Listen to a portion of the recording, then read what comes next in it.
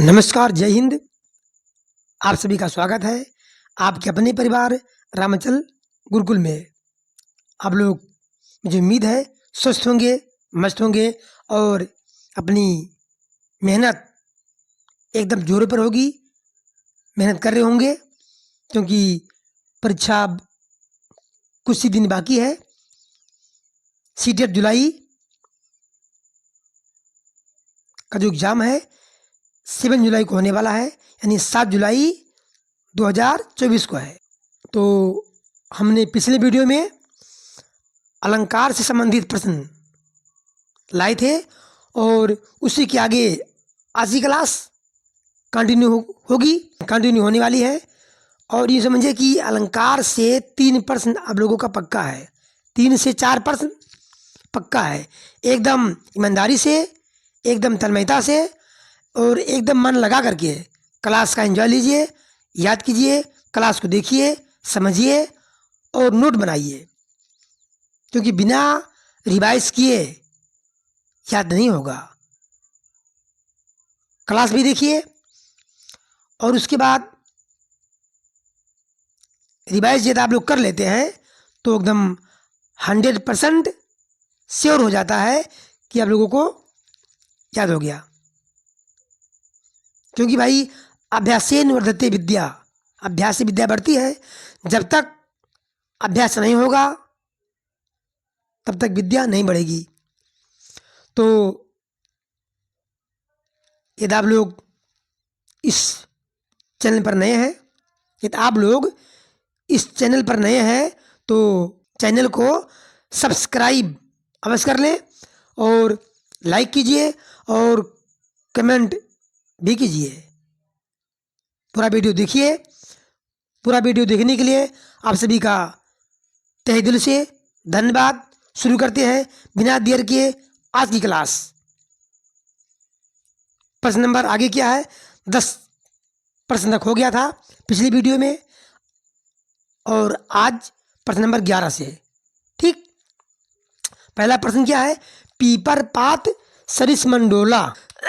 पीपर पात सरिस मंडोला। सरिस आ जाए, सा आ जाए, से आ जाए, सी आ जाए तो कौन सा अलंकार होता है, बताइए। उपमा अलंकार। क्योंकि इसमें उपमा अलंकार में किसी व्यक्ति की या फिर किसी वस्तु की चमत्कार पूर्ण समानता होती है, समानता की जाती है। इसलिए यहां है आपका ऑप्शन डी इज राइट, उपमा अलंकार। ठीक, आगे देखिए प्रश्न नंबर 12, सिर झुका तूने नियति की मान ली, ये बात स्वयं ही मुरझा गया तेरा हृदय जल जात। कभी कभी ऐसा होता है कि पता लगता नहीं है कि इस पंक्ति में, इस वाक्य में कौन सा अलंकार है। तो क्या करना चाहिए, ये करना चाहिए कि जो ऑप्शन दिया है उसको लेकर सॉल्व कीजिए। ऑप्शन को देखते हुए इसको काट दीजिए, जो सुटेबल ना हो, जो उपयुक्त ना लगे। जैसे मान लीजिए वक्रोक्ति है, इसमें होता है, वक्रोक्ति अलंकार में होता है कहा कुछ जाए, समझा कुछ जाए। तो इसमें ऐसा नहीं है कि हम कुछ कह रहे हैं और समझा कुछ और जा रहा है, इसलिए ऑप्शन कट गया। लाटा अनुपास में होता है एक ही पंक्ति को रिपीट किया गया हो, एक ही पंक्ति को दोहराया गया हो, तो वैसा भी यहां नहीं है, इसलिए भी कट गया।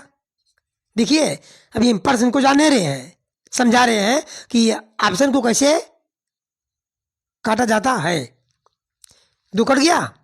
अब देखिए स्लैश कहाँ होता है, स्लैश वहां होता है जहां एक शब्द आया हो और उसका अर्थ कई निकले, मतलब एक से अधिक निकले, तो वैसा भी यहां नहीं है, इसलिए भी कट गया।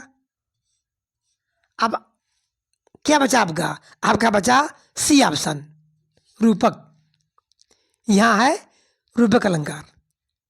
सिर झुका तूने नियति की मान ली, ये बात स्वयं ही मुरझा गया तेरा हृदय जल जात। ठीक। ऑप्शन हो गया सी आपका, रूपक अलंकार। समझ में आ गया? ठीक है। अगला क्वेश्चन क्या है?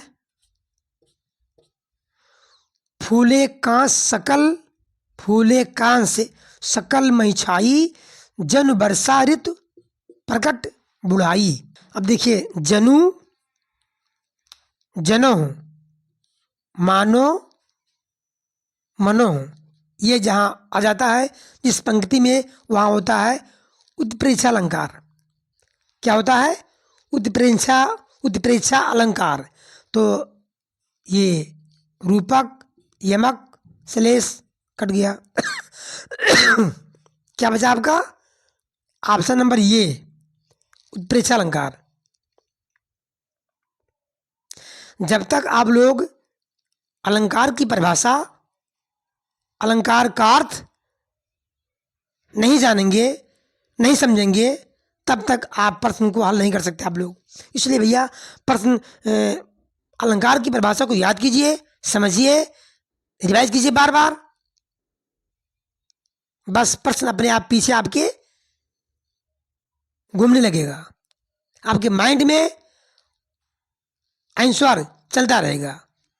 जैसे मान लीजिए यमक अलंकार है।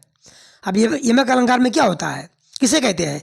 जहां, जिस पंक्ति में, जिस वाक्य में, जहां कहीं भी एक शब्द दो बार आया हो या एक से अधिक बार आया हो, किंतु उसका अर्थ अलग अलग निकले। अगर ये परिभाषा आपको याद है तो पक्का है, जहां होगा यमक अलंकार वहां तुरंत पहचान लेंगे। तो ये आपका हो गया उत्प्रेक्षा अलंकार।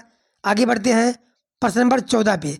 मुख बाल रवि सम लाल होकर ज्वाल सा बोधित हुआ, प्रस्तुत पंक्ति में कौन सा अलंकार है?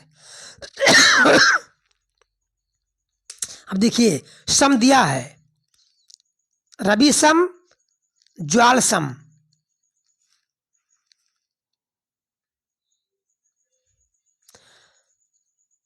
सम हो, सरिस हो, सी हो, वहां क्या होता है? वहां होता है उपमा अलंकार। क्योंकि इसमें क्या होता है? समानता। उपमा अलंकार में समानता होती है, दो व्यक्तियों की या दो वस्तुओं की समानता की जा रही होती है, इसलिए यहाँ आपका हो गया उपमा अलंकार। कभी कभी बिना अर्थ किए हम लोग अलंकार को पहचान सकते हैं और सही उत्तर टिक भी कर सकते हैं, और कभी कभी अर्थ को निकालना पड़ता है, तब हम अलंकार उस पंक्ति में पहचान सकते हैं। तो दोनों रूप से तैयार रहिए। अगला देखिए, ये ऑप्शन हो गया आपका उपमा अलंकार। अगला क्वेश्चन है, दृष्टांत अलंकार यहाँ होता है, कहाँ होता है? 4 वाक्य लिखा है, 4 ऑप्शन है, पढ़िए ऑप्शन में क्या है।